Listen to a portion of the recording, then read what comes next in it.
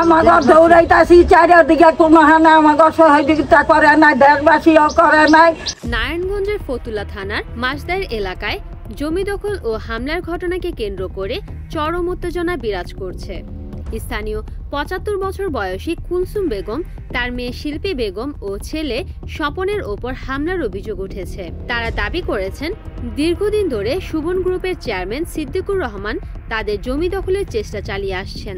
কুলসুম বেগম অভিযোগ করেন, জমি দখলে রাজি না হওয়ায় আমাকে যেই অত্যাচার হুমকি ধমকি দিতে আসে কইতাছে, তখন কোপাকেটটা আমার ঘরের ভিতরে ঢুকলে আমরা কেমনে থাকবো, কেমনে কি করবো, আপনার কাছে সহযোগিতা চাই।